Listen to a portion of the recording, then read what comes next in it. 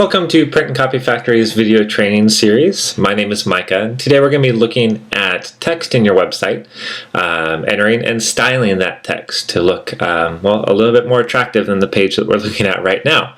At this point, I've just entered some real basic text into our page. A couple list of items, I've got a block quote in there, some headers, but it's all looking very bland at this point. So what we're going to do in this video is take this very bland looking page and make it look a little bit more styled. And doing so in a way that's very easy to keep consistent across your website, and also very easy to update later on if you decide to make changes to your site. So I'm going to jump into the back door of your page. Actually, let me show you how to get there real quick. If you go to Content, Pages, and we were working on the services page, so I'm going to click on that. And we're right back to here. One nice little thing is you can take these and expand the size so you can see your whole page a little bit easier. So what we're going to do is start styling this. And the way that we're going to start styling it is using what's called, well, it's HTML and also CSS, Castaigne Style Sheets. The style sheets allow us to basically predefine a look and feel of each of the elements, and then we can apply those looks and feel to various items on the page. So the first thing we're going to look at is the first header, the main title of the page. Brand identity is what we're using for this example. Your first inclination might be just to select brand identity and click bold and then choose a font and then choose a size, maybe italicize it and throw an underline on it, choose a color, choose a background color, so on and so forth. Lots of changes.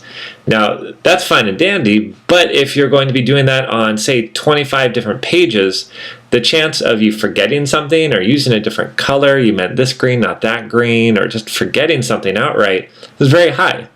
Not to mention if you decide, ooh, that's not the right green, where actually our company green is this color. Now you got to go back to 25 different pages and change that. So instead of just selecting it and then choosing everything manually, the easier thing to do is go ahead and select it and choose a style. In this case, we're going to use our drop-down menu here and not do a paragraph, but do a header. Header 1 in this case. Headers go by order of importance. So header 1 is going to be the most important, header 2, second, header 3, so on and so forth. So being the title of our page, this is most important, we're going to do that. Now I've already got my CSS set up to have my header 1s be purple, be a larger size, to be bold, but we can set it up any way you want. We can have whatever color you want, whatever font you want. If you want a background color, background image, you can do just about anything you want using CSS. It's very flexible. And again, if you have it on 25 different pages and you want to make a change, just a small minor one, well, all you have to do is change the CSS and every single page updates as well. No need to go back to every page and make those changes like you would if you're doing everything manually. So the second thing we're going to do is we're going to take this. This is like a little subheader.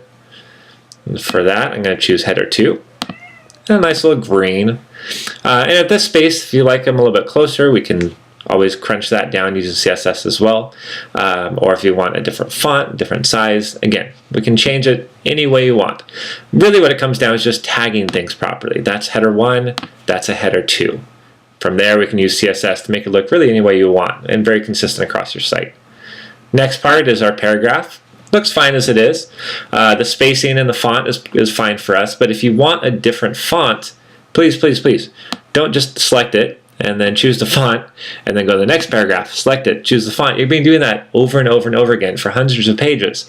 With one small change in the CSS, we can take that from a serif font to a sans serif font. We can change the space in between the lines. We can change the space in between the paragraphs. All of that is doable with CSS. So really all we're doing here is marking things with a classification. These are headers. These are paragraphs. One thing we are going to do here is, let's say we want this corporate identity branding just to pop out a little bit so customers will see it. Say we want it to be bold and italicized. Really the easiest way for you to do this is really just select it and make those changes up there. There are ways to do that with CSS stylings, but if you're just going to do this occasionally once in a while, go ahead and just select it and do those. Just to note, if you want that to be different, you're going to need to go back and just change it yourself. But if it's just once in a while, not a problem. If it's something that's going to be, say, your company name that you always want to be a certain color, a certain font, a certain size, a certain underline, a certain background image, that is something, just talk to us. We can change the CSS a little bit so you can easily apply that style anytime you want. All right, so moving on from the paragraph, here is our next section. We're talking about services and what services we include. That it would be a nice header 3, kind of a section header. So we'll use header 3s for all of our section headers. And this first section, it looks like it goes down to about here. It's just a list of our services. As I said, list. Fortunately, there is a tool for that. If you go back up to our bar here, this allows us to apply an unordered or ordered list to a selection of, in this case, paragraphs. So it's going to take those just separate paragraphs and turn them into a list. Some really nice advantages to it. One being that we can style lists differently. Say you want your list to be a little smaller font, you want it to be indented with a nice, round dot on it. Sure, no problem. Select it, and now our lists are styled with a little smaller font, about 90% smaller than normal, with an indent and a little dot identifying each of the list items. Now, say a month down the road, you're like, I don't really like that font being smaller. I want it to be full size. No problem. We can go back to our CSS and just change that 90% to 100%, and they all go back to 100% size. So no need to go in, select the items, select the sizes over and over and over again. It gets messy, it gets difficult to update and maintain and keep consistent. So we've selected our subheader, we make that header 3, selected our list items, made that an unordered list with that right there. And we'll kind of do similar to this next section. It's talking about developing brand identity and logo design. That again will be a header 3, just like we used for the last one. So no need to make sure that you've selected the right purple or the right size. Those are both header 3s, so they're both going to look identical. Everything about it's going to be exactly the same. And if we want to update our header 3s so all of our section headers are all the same, it's very easy to do. So this next part here, these are different questions you might ask yourself when developing brand identity and logo design. So it's a list, and it's a list of items, and maybe we want them numbered, so people will just go through it in numerical order. So to do that, we're going to choose our ordered list, and again click, and we style our ordered list the same way. Exact same font size, exact same indent, in this case numbers instead of dots. So if you want all of your lists to be a certain color, a certain font size, a certain font style, it's very easy to make those changes. If you just want the ordered list to be a certain look or style, it's all doable with CSS. So again, we're just marking things with styles, whether it be an unordered list, an ordered list, or headers, paragraphs, those things. So this last example down here, this is a quote. We're just going to put at the bottom of the page. So a nice little reminder of why people like us and why the experiences they've had with us. One thing you can do with quotes is something called a block quote. A block quote is just another way to identify a piece of text on a page that we can style differently. Typically with some quotation marks, or maybe italics, or maybe it's indented in so it's away from the margins. Really however you want to style it.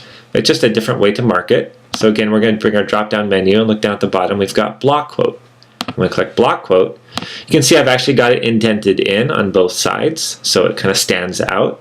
And I've also got a different color and italicized on it.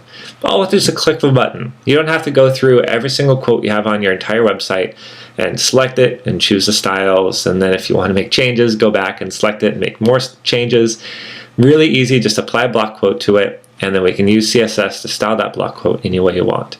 Okay, so that's basically our entire page. We've made quite a change to it. We're going to go ahead and apply this and switch back to our other page and refresh. And you see the amazing change that happened to it with all of the spacing and the font sizes and the colors. Everything is laid out exactly the way we want it, and it's very consistent. It'll look like this in every single page that you do. And it's very easy to change. If you don't want those colors, you don't want those fonts, we can always use CSS to make a global change that affects everything on that page. So that's using the text editor, that's applying styles. I hope that helped, and keep an eye out for more videos in the future. Thanks.